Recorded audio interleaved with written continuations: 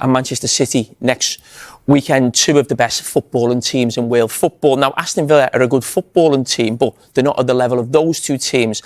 And Liverpool got 2 goals from pressing and winning the ball back. There's been a lot of talk about Aston Villa. Why were they playing out from the back when Liverpool have sort of had problems dealing with long balls? But Unai Emery isn't going to change his whole idea and philosophy of football just because he's playing Liverpool.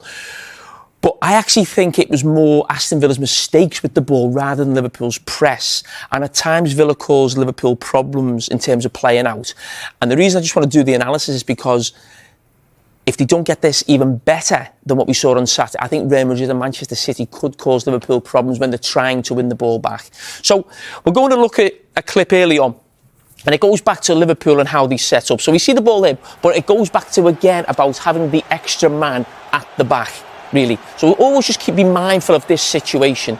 So when the ball goes back now with Matty Cash, Mo Salah here, as we see, doesn't go with a full-back. He always tries to press a goalkeeper or the centre-back. Look what happens. Bradley tries to go there. He can never get there. Gravenberch is here at the back. They've got the extra man at the back. Hence why Morgan Rogers got all that space in the midfield there, because Gravenberch is almost playing in the back 5. Wonderful pass by Morgan Rogers. He doesn't sit back and admire it. Supports it as well. And when you talk about what's been going wrong for Liverpool a lot, Arne Slot has mentioned the fact that they've been conceding early goals. Well, that's the little bit of luck that you need. And it means Aston Villa don't go 1-0 up. Now, this, again, is slightly different. So we stop it there. What's the difference? Gravenberch is pushing in, and it is almost a man-to-man system. And I think Liverpool have got to utilise that a lot more, especially when it comes from a goal kick. We look at the back, 4v4. OK, Andy Robertson just ready to jump there. And that, for me, is a lot better. And I think Liverpool have had problems with the press all season because they haven't gone man-to-man enough in situations like that. So Andy Robertson pushes in there, but in a great position to pick it up, then almost scores a goal. And that comes from making it more difficult for the opposition. They can't allow Real Madrid or Manchester City to have the extra man in the build-up. Now, this is the first goal. Now, Aston Villa, the goalkeeper, as we know, is a really confident player on the ball, and they were causing Liverpool problems initially. For me, he gets a little bit cocky because if he passes that ball there to Pau Torres, he makes the mistake. Obviously, Mo Salah's come up, but Mo Salah's late. He's not really there to press. And there is the easy way out on this side to Konza and Cash, and there's no problem at all. So even though the first goal comes from Aston Villa playing out, it's not really great pressing from Liverpool. It's really poor from the goalkeeper. As I said, he can easily just come this side and Aston Villa are out. But it's a great finish from Mo Salah. Now, onto the second half, the second goal, slightly different again from Liverpool. It's more of a 4-4-2 sort of zonal press, not really man-to-man. But this fella who's been fantastic all season forces them down one side. Again, they have the extra man at the back, the 3v2. Works for them this time. And then those 3 players were mentioned in midfield. So Bosley, fantastic. Gravenberch, the goal. And McAllister, who looked back to his best at the weekend. So it was great to see Liverpool back pressing, winning, getting goals in those situations. But if I'm being totally honest, I think a lot of that was to do with the poor sort of ability and chances the goalkeeper was taking of Aston Villa.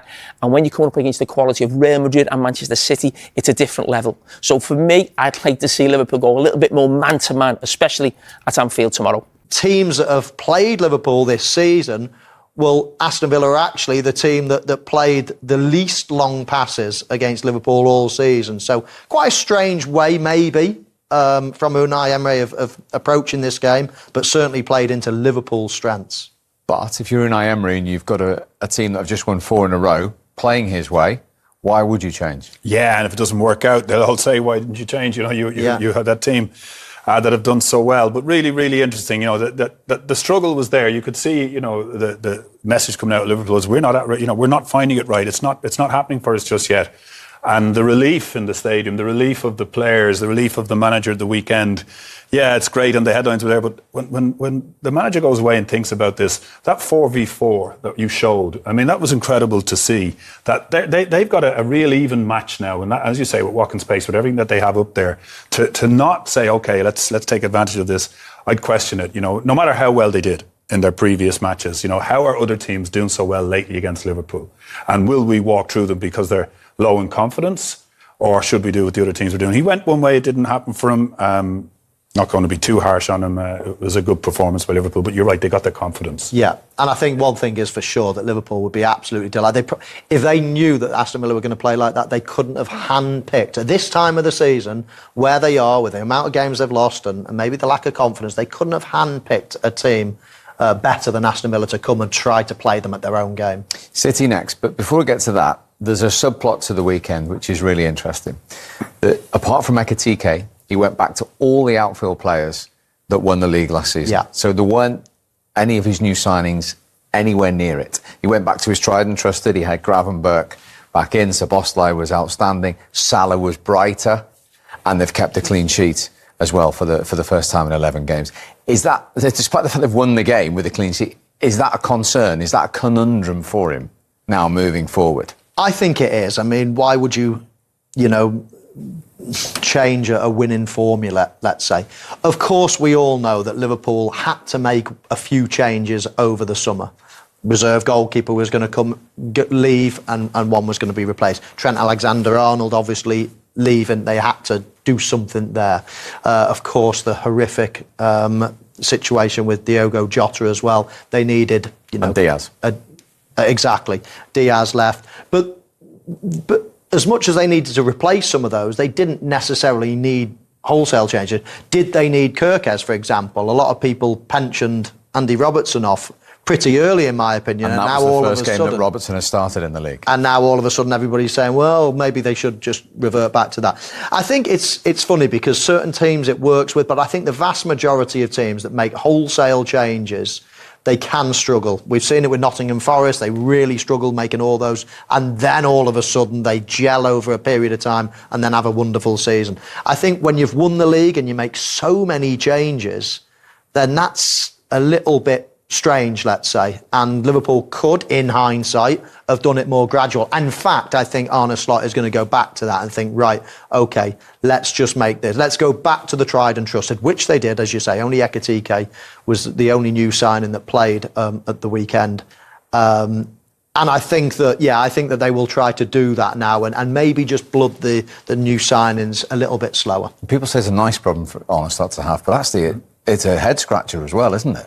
Yeah, I mean, it's tough, on your way up to the top, but it's even tougher keeping on top. And they've been brilliant, There's been players there that have been outstanding for long periods of time, and change has to happen, And Liverpool always did that well. Back in the glory days, they knew how to change a team around. It seemed a little bit severe this summer. It really did. And maybe that's just the reason it's a little bit uncertain at the moment. And I wouldn't bet against them gelling, bringing the whole thing together.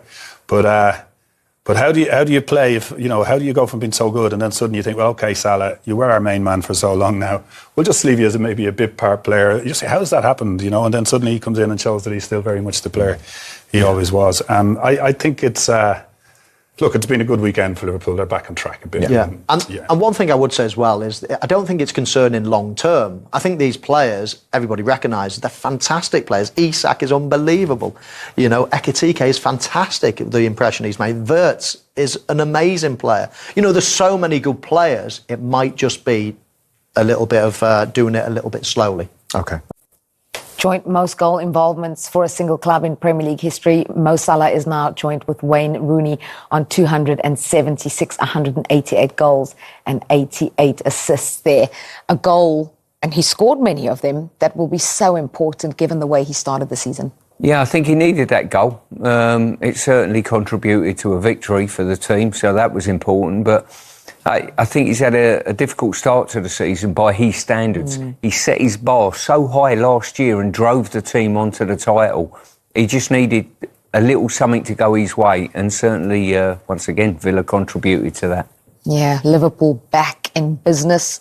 How crucial is that for Mo Salah's confidence and the team's confidence? Yeah, it wasn't perfect from Liverpool, but it's a start. They were outthought last weekend, and in midweek the manager made all those changes in the Carabao, and they were made with one eye on that game yesterday and another eye on Tuesday on Real Madrid. So that's one game that they've won. Their pressing was better, their energy was better. Still not back to what the manager would want, but the punished mistakes from Aston Villa, as Arne Slot said, got a little bit of luck with the second goal, but it didn't matter how yesterday. It just mattered that they got the 3 points, and that builds confidence and belief, and Liverpool have been way short of that in recent weeks. Yeah, they really have 6 defeats in their last 7 games in all competitions. Worrying, we were wondering, full-blown crisis, mini crisis, how would they get out of it? Well, listen, they started the season with 5 victories in the Premier League, and we're all thinking, wow, they're retaining the title, they look very strong this year, and all of a sudden they get 4 defeats on the bounce, and that's the beauty of football, I suppose.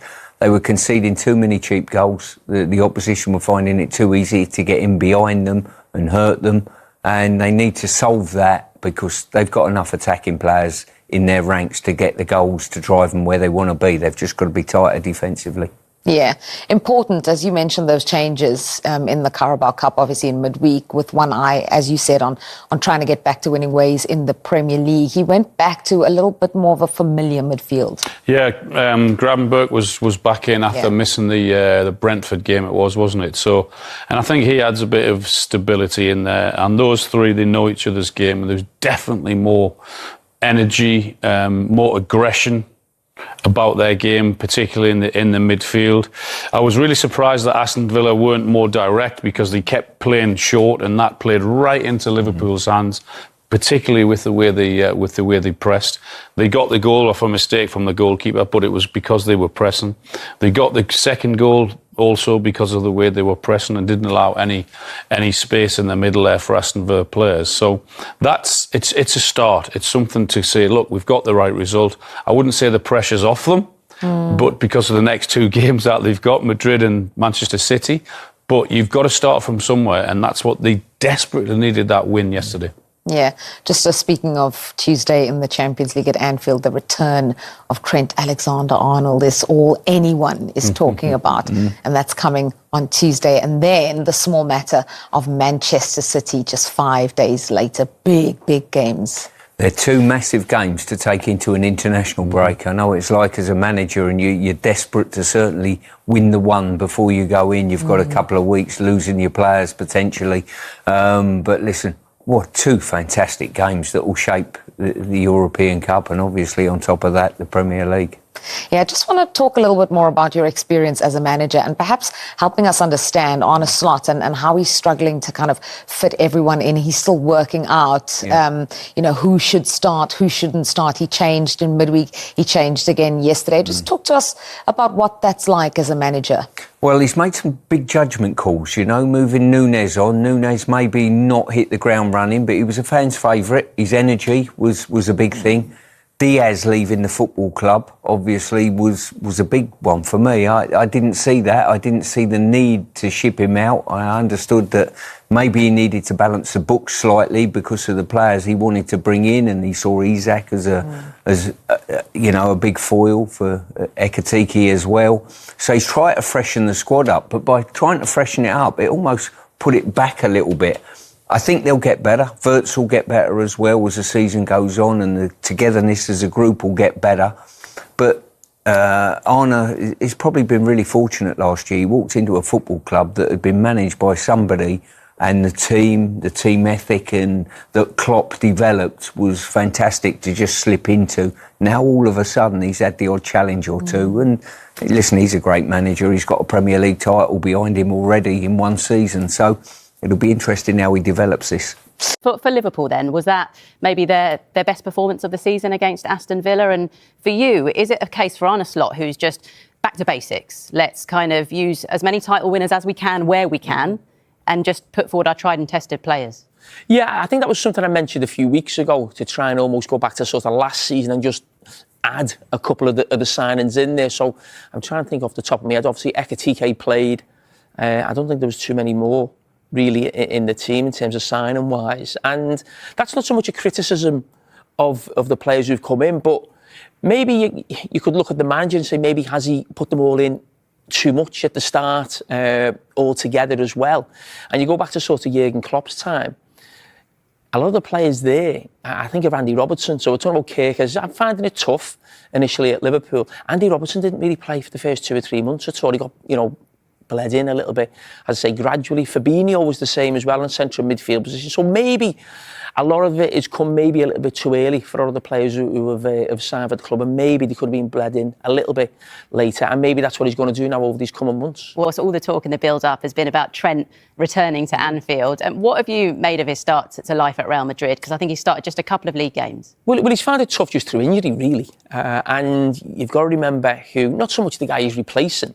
He was coming up and going to compete for a position, up alongside a legend, Carvajal, for Real Madrid. Won numerous Champions Leagues. I think he scored in the Champions League final a couple of years ago as well. So he's a special player, special character, but he's just got an injury as well, which will help Trent in terms of getting games. But I think they've been using Valverde at right back a little bit like the way Liverpool using Szoboszlai at right back at times this season. But so Trent will eventually get his head at right back now with the injury to Carvajal. But I'm not sure it will be at Anfield. I think he'll be on the bench. OK. You looking forward to it, though? I am. It's a great game. Real Madrid came last year. Yeah. Liverpool had a great result. They'll want the same again. Xabi Alonso came last year with a different team by Leverkusen. Liverpool got a great result again. Seems so long ago, doesn't it? These great results for Liverpool. So hopefully Real Madrid and Xabi Alonso get the same treatment. I think he should absolutely get a good reception. I don't think the way in which he left, or a couple of things that happened before he left the club, should erase everything that he's achieved and what he's done for a club for so many years. I just think it will be mixed, but for me, it should be a good reception. Well, it is the subject of one of our polls this morning about the reaction that Trent Alexander-Arnold will get at Anfield tonight. Will Trent get a positive reception at Anfield tonight?